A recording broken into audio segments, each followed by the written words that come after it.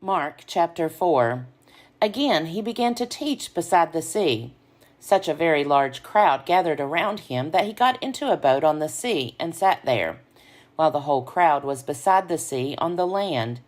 He began to teach them many things in parables, and in his teaching he said to them, Listen, a sower went out to sow, and as he sowed, some seed fell on the path, and the birds came and ate it up. Other seed fell on rocky ground, where it did not have much soil, and it sprang up quickly, since it had no depth of soil. And when the sun rose, it was scorched, and since it had no root, it withered away. Other seed fell among thorns, and the thorns grew up and choked it, and it yielded no grain. Other seed fell into good soil, and brought forth grain, growing up and increasing, and yielding 30 and 60 and 100-fold. And he said, Let anyone with ears to hear listen. When he was alone, those who were around him along with the 12 asked him about the parables.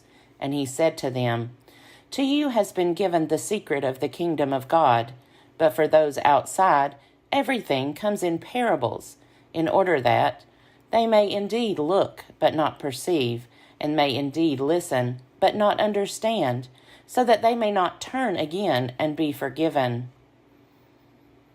And he said to them, Do you not understand this parable? Then how will you understand all the parables? The sower sows the word. These are the ones on the path where the word is sown. When they hear, Satan immediately comes and takes away the word that is sown in them. And these are the ones sown on rocky ground. When they hear the word, they immediately receive it with joy. But they have no root, and endure only for a while. Then, when trouble or persecution arises on account of the word, immediately they fall away. And others are those sown among the thorns.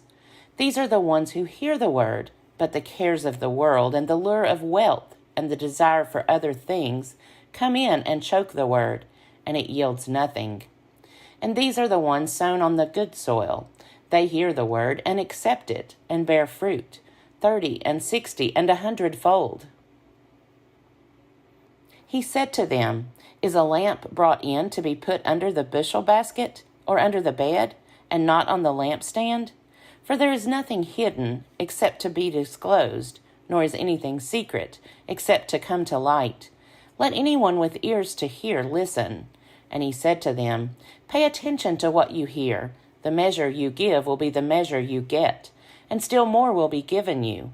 For to those who have, more will be given, and from those who have nothing, even what they have will be taken away. He also said, The kingdom of God is as if someone would scatter seed on the ground, and would sleep and rise night and day, and the seed would sprout and grow. He does not know how. The earth produces of itself first the stalk, then the head, then the full grain in the head. But when the grain is ripe, at once he goes in with his sickle, because the harvest has come. He also said, With what can we compare the kingdom of God? Or what parable will we use for it? It is like a mustard seed, which, when sown upon the ground, is the smallest of all the seeds on earth.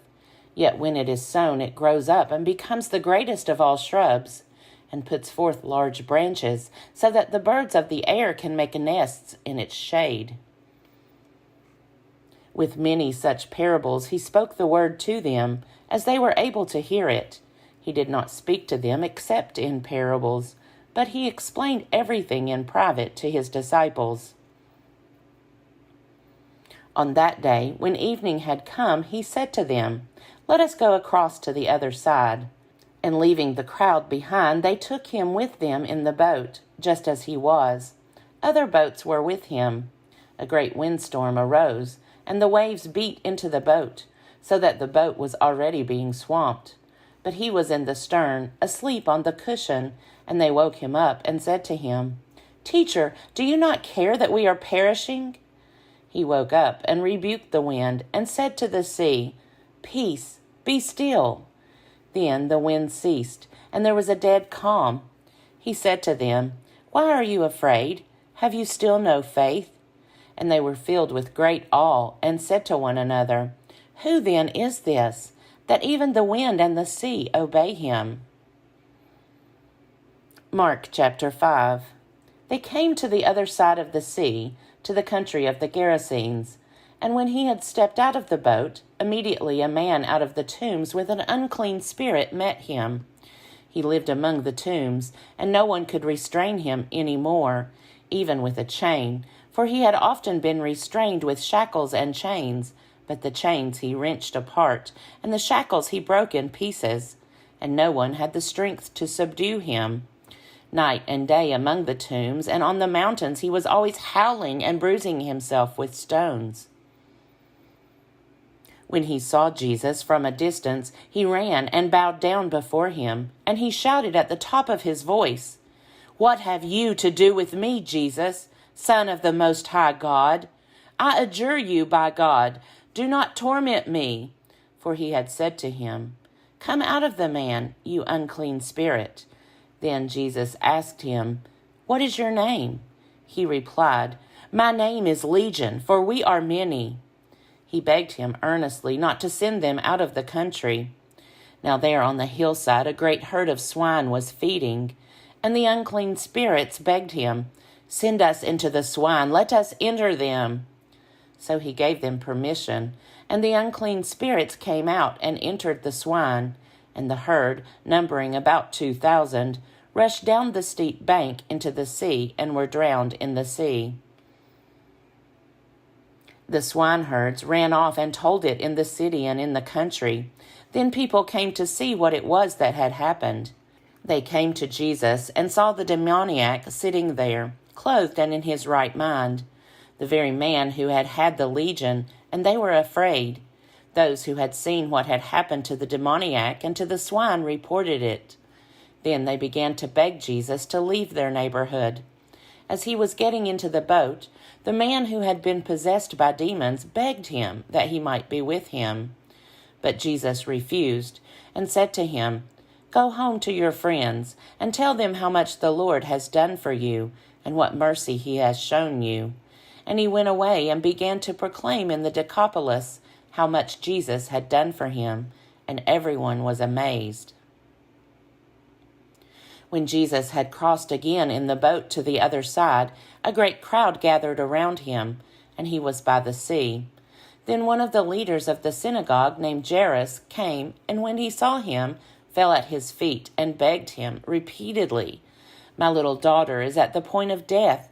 Come and lay your hands on her, so that she may be made well and live." So he went with him. And a large crowd followed him and pressed in on him. Now there was a woman who had been suffering from hemorrhages for 12 years. She had endured much under many physicians, and had spent all that she had, and she was no better, but rather grew worse. She had heard about Jesus, and came up behind him in the crowd and touched his cloak, for she said, "If I but touch his clothes, I will be made well." Immediately her hemorrhage stopped, and she felt in her body that she was healed of her disease. Immediately aware that power had gone forth from him, Jesus turned about in the crowd and said, "Who touched my clothes?" And his disciples said to him, "You see the crowd pressing in on you. How can you say, 'Who touched me?'" He looked all around to see who had done it. But the woman, knowing what had happened to her, came in fear and trembling, fell down before him, and told him the whole truth. He said to her, "Daughter, your faith has made you well. Go in peace and be healed of your disease." While he was still speaking, some people came from the leader's house to say, "Your daughter is dead. Why trouble the teacher any further?" But overhearing what they said, Jesus said to the leader of the synagogue, "Do not fear, only believe." He allowed no one to follow him except Peter, James, and John, the brother of James. When they came to the house of the leader of the synagogue, he saw a commotion, people weeping and wailing loudly. When he had entered, he said to them, "Why do you make a commotion and weep? The child is not dead, but sleeping." And they laughed at him. Then he put them all outside, and took the child's father and mother and those who were with him, and went in where the child was. He took her by the hand and said to her, Talitha cum, which means, Little girl, get up. And immediately the girl got up and began to walk about. She was 12 years of age.